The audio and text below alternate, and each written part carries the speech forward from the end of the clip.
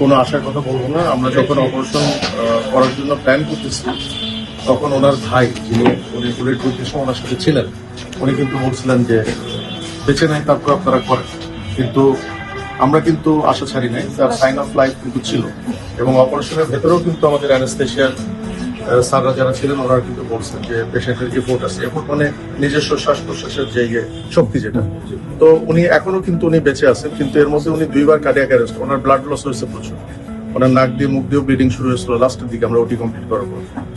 এখন আমাদের আমরা পেশেন্টের ব্যাপারে কোনো আশার কথাই বলবো না। উনি সর্বোচ্চ খারাপ অবস্থাতেই আছেন, কিন্তু উনি এখনো বেঁচে আছেন।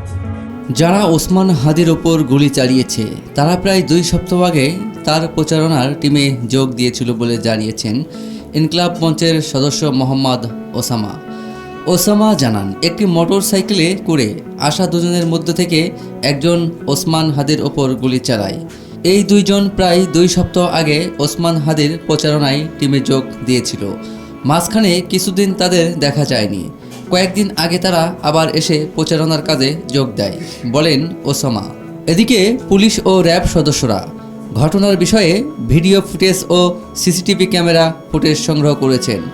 নাম প্রকাশে অনিচ্ছুক 2 পুলিশ কর্মকর্তা জানান, তারা সব তথ্য যাচাই করে দেখছেন। শুক্রবার দুপুর 2:30টার দিকে রাজধানীর বিজয়নগরের বক্স কালভার্ট রোড এলাকায় ওসমান হাদিকে গুলি করা হয়। ঘটনার সময় তিনি রিকশায় করে যাচ্ছিলেন। তখন হঠাৎ একটি মোটর সাইকেল থেকে তাকে লক্ষ্য করে গুলি ছোড়ে দুর্বৃত্তরা। পরে গুরুতর আহত অবস্থায় তাকে ঢাকা মেডিকেল কলেজ হাসপাতালে নেওয়া হয়। কে বা কারা গুলি ছুড়েছে তা তাৎক্ষণিকভাবে জানাতে পারেনি পুলিশ। ঢাকা মেডিকেলের হাসপাতালের পুলিশ ক্যাম্পের ইনচার্জ মোহাম্মদ ফারুক বলেন, দুপুর 2:30টার পর তাকে হাসপাতালে আনা হয়। তার বাম কানের নিচে গুলির আঘাত রয়েছে। বর্তমানে তিনি চিকিৎসাধীন। সন্ধ্যা 6:30টার দিকে ঢাকা মেডিকেলে ওসমান হাদির অপারেশন সম্পন্ন হয়।